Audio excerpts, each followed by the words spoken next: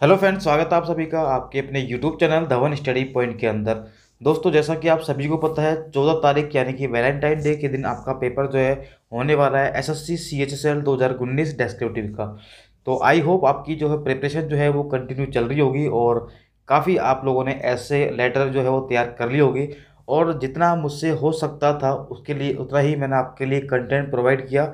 और काफ़ी सारे स्टूडेंट के मेरे पास मैसेज भी आ रहे थे, तो काफ़ी सारे स्टूडेंट के मैसेज जो थे वो पॉजिटिव में थे कि मैंने उनके लिए अच्छा किया और थैंक यू वगैरह, मतलब बहुत अच्छे मैसेज आए बस। लेकिन फिर भी कुछ मैसेज मेरे पास ऐसे आ जाते हैं जिनको पता नहीं मुझसे प्रॉब्लम है या फिर मेरे चैनल से। तो वो मुझे बार बार यही बोल रहे थे कि मैंने पता नहीं, जैसे उनके साथ मैंने धोखा किया है या फिर मैंने उनके साथ कोई फ्रॉड किया है, जैसे मैंने उनका कोई पैसा लेकर उनके साथ फ्रॉड किया है। मैंने आपसे पहले ही कहा था कि जितना मुझसे हो सकेगा, क्योंकि दोस्तों आप भी एक बात को, किसी की प्रॉब्लम को समझा करो, क्योंकि मेरे पास कोई टीम वर्क नहीं करती मेरे साथ में। मैं है अकेला ही जो है, दिन में मैं अपना थोड़ा सा काम संभालता हूँ और शाम को जो है मैं वीडियो, आपका जो कंटेंट है वो तैयार करता हूँ। फिर उसकी तैयार करने के बाद में, पूरा जो कंटेंट है वो तैयार करने के बाद में उसको मैं टाइप करता हूँ खुद ही अपने हाथों से। और टाइप करने के बाद में इसको PDF फॉर्मेट करके फिर उसकी मैं वीडियो बनाता हूँ, उसको एडिटिंग करके फिर मैं आपके सामने अपलोड करता हूँ। तो काफ़ी सा मुझे टाइम लग जाता है, मुझे रात को 1 या 2 बज जाते हैं आपकी वीडियो बनाने के लिए।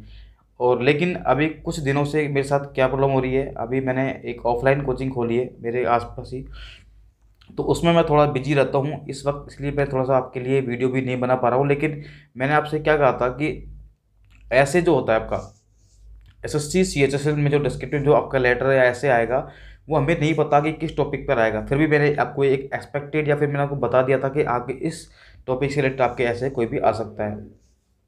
तो ये भी आपको ही पता लग गया है कि टॉपिक जो है फिक्स नहीं है। लेकिन मैंने आपसे कहा था कि मैं आपको सिखा दूंगा कि अगर कोई नया ऐसे आएगा या फिर कोई ऐसे भी आएगा ना, तो आपको लिखने का तरीका जो है वो मालूम हो जाएगा।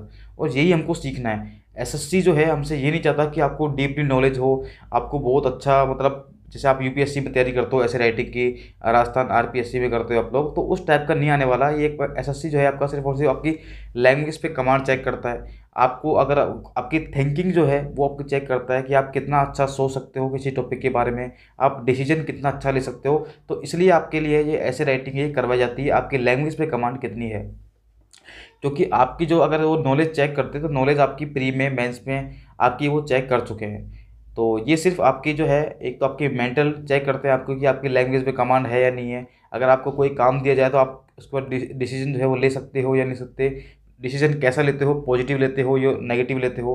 गवर्नमेंट की कोई भी स्कीम है उसके आप उसको आप किस नज़र से देखते हो, नेगेटिव या पॉजिटिव, उसका क्या रेस्पॉन्स आता है। तो इन्हीं चीज़ों के लिए जो है आपका ये डेस्क्रिप्टिव जो है रखा गया है। तो दोस्तों, मैं आपसे एक बात फिर कहूँगा कि SSC में जो टायर 3 होता है, या हम कह सकते हैं डेस्क्रिप्टिव पेपर जो होता है, कि चाहे आपका CHSL का हो, चाहे CGL का हो, चाहे किसी का भी हो आपसे, इसके अंदर सिर्फ और सिर्फ ध्यान रखना एक ऐसा ही टॉपिक आएगा जो आपने पहले पढ़ा हुआ होगा। ऐसा कभी नहीं होगा कि ऐसा टॉपिक आ जाए जिसके बारे में आपको कुछ पता ही नहीं हो। याद रखना आप लोग, मैं आपसे फिर एक बात बोल रहा हूँ, ऐसे या फिर कोई भी लेटर लेटर का तो हर फॉर्मेट होता है, तो उसमें आपको दिक्कत करने की जरूरत नहीं है। दिक्कत आती है आपको ऐसे के अंदर। तो ऐसे जो है आपका निबंध जो है वो इससे टॉपिक आएगा जो आपने पहले कहीं पढ़ा हुआ है या उसके बारे में आपको नॉलेज है। बस आपको लिखने का तरीका मालूम होना चाहिए, जो कि मैंने आपको सिखा दिया है कि आपको कैसे आपको स्टार्टिंग करनी है, कैसे आपको उसकी कमियां लिखनी है, कैसे उसके उपाय लिखने हैं, कैसे उसके आपको जो भी आपका लास्ट का निष्कर्ष है वो कैसे लिखनी है, कैसे आपको कोट्स वगैरह है वो यूज़ करनी है। तो सारी बातें मैंने आपको सिखा दी है। फिर भी पता नहीं क्यों स्टूडेंट मुझ पर ब्लेम कर रहे हैं कि सर आपने हमारे साथ धोखा किया, आपने पूरा कोर्स नहीं करवाया और आपने बीच में ही छोड़ दिया। देखिए, ये कोई ऐसा कोई बड़ा मुद्दा नहीं है या कोई बड़ा आपका टॉपिक नहीं है कि आप उसको पूरा कंप्लीट करवा देंगे तो फिर आपकी तैयारी जो है वो कंप्लीट हो जाएगी। आपसे मान लीजिए मैं आपको 100 निबंध भी करवा दूँ, फिर भी आप लोग जो है यही कहोगे सर ये टॉपिक तो आया ही नहीं वहाँ पर। और डेफिनेटली यही होता है, आपको लिखने का तरीका मालूम होना चाहिए। कंटेंट तो वो कोई सा भी दे सकता है। और मैं आपसे फिर यही बात कहूँगा, कंटेंट ऐसा आएगा जो आपने पढ़ा हुआ है, ऐसा कभी नहीं होगा जिसके बारे में आपको नॉलेज नहीं हो। तो आपको इस चीज़ की, आपको जो दिमाग में जो टेंशन हो रही है कि पर पेपर में क्या होगा क्या नहीं होगा, जो फर्स्ट टाइम एग्जाम दे रहे हैं उनको तो पता ही होगा इसके बारे में, लेकिन जो फर्स्ट टाइम दे रहे हैं उनको भी मैं बता देता हूँ कि आपको बिल्कुल भी टेंशन लेने की ज़रूरत नहीं है। ऐसे में दिक्कत आती है तो ऐसे में कोई दिक्कत नहीं आएगी आपको। आपको लिखने का तरीका जो आपने पढ़ा है उसको रिवीजन कर लीजिए, और थोड़ा थोड़ा जो जैसे मान लीजिए एजुकेशन के बारे में आ गया, अब वो एजुकेशन के बारे में कुछ भी पूछ सकता है, तो आपके बारे में एजुकेशन की थोड़ी बहुत तो नॉलेज होनी चाहिए। आर्टिकल वगैरह जो है, कृषि के बारे में वो कुछ भी पूछ सकता है आपसे, ठीक है, बैंकिंग सिस्टम के बारे में कुछ भी पूछ सकता है आपसे। तो ऐसे आप लोग तैयार कीजिए, ऐसे नहीं कि आप लोग फिक्स टॉपिक पर या पढ़ के जा रहे हो, कंटेंट याद करके जाइए हल्का फुल्का। बाकी ऐसे आप लोग को वहाँ पर खुद ही आप लोग बना लोगे। और 250 वर्ड कुछ ज़्यादा नहीं होते हैं, जब आप लिखोगे ना बॉक्स के अंदर पता ही नहीं पड़ेगा 250 वर्ड कैसे कंप्लीट हो गए, अगर आपने ऐसे पढ़ा है तो।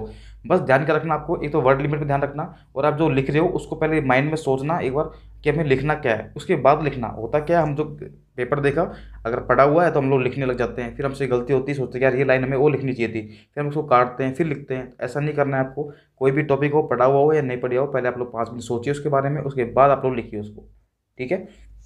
इसके बाद एक टॉपिक आता है देखिए, लेटर राइटिंग।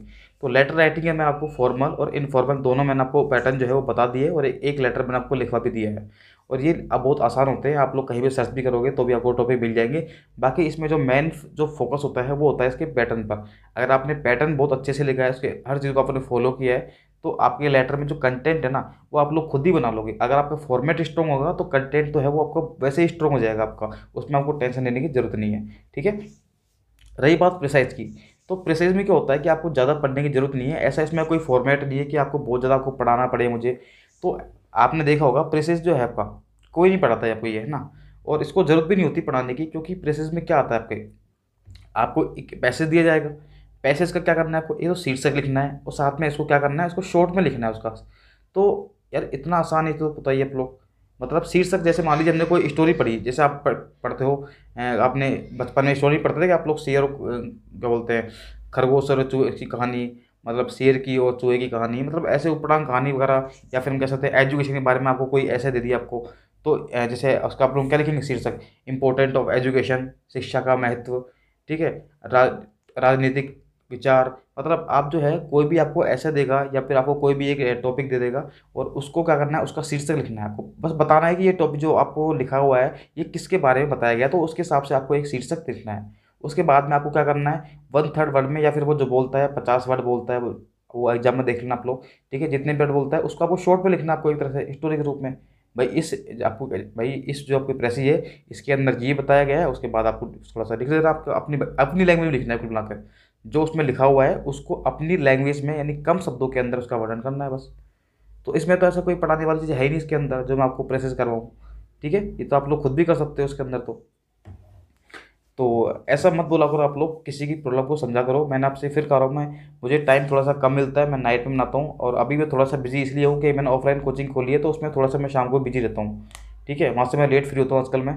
तो यही कारण है कि मैं आपके लिए वीडियो नहीं बना पा रहा। और अगर कोई स्टूडेंट जुड़ना चाहता है मुझसे इस चैनल से, तो आप लोग सब्सक्राइब कर सकते हो चैनल को। अगर आपको लगता है कि जनरली मैं आपके लिए मेहनत कर रहा हूँ, देखिए मैं आपसे कोई पैसा नहीं ले रहा हूँ, तो इसका मतलब ये नहीं है कि मैं आपके साथ फ्रॉड कर रहा हूँ। मैं आपसे, अगर आप मुझे मेरे चैनल को सपोर्ट कर रहे हो, देख रहे हो, तो यही मेरे लिए बहुत बड़ी एक पावर है, ठीक है। आपका सपोर्ट ही मेरे लिए अंदर एक अपना अपने आप में क्या है, मोटिवेशन है एक। तो मैं आपके लिए एक मैथ्स कंप्लीट मैथ, मैं आपसे कहा है कंप्लीट मैथ मैं आपको यहाँ पर पढ़ाने वाला हूँ, और जल्दी मैं इसकी शुरुआत भी करने वाला हूँ कुछ ही दिन के अंदर, ठीक है। जैसे आपका डेस्क्रिप्टिव हो जाएगा, और मतलब मार्च से मैं कंफर्म मैं स्टार्ट कर दूंगा आपके लिए। हो सकता है मुझसे पहले ही स्टार्ट कर दूँ, लेकिन मार्च से तो मैं कंफर्म स्टार्ट कर दूंगा बैच। उसमें आपको कंप्लीट मैथ पढ़ाऊंगा, चाहे आपका किसी भी लेवल का हो, एसएससी सीजीएल हो, एसएससी का मेंस लेवल हो, 10+2 हो, एमटीएस हो, कोई भी आपका पेपर हो, कंप्लीट मैथ मैं आपको पढ़वाऊंगा आपको, ठीक है। इसकी टेंशन आप लोग, आपको कोई भी कोर्स परचेज करने की जरूरत नहीं पड़ेगी। जितना मुझसे हो सकेगा उतना मैं आपके लिए करूँगा। तो बस यही, आप भी सपोर्ट करते रहिए चैनल को। तो मिलते हैं अगली वीडियो में, जब तक के लिए bye bye, okay, thanks for.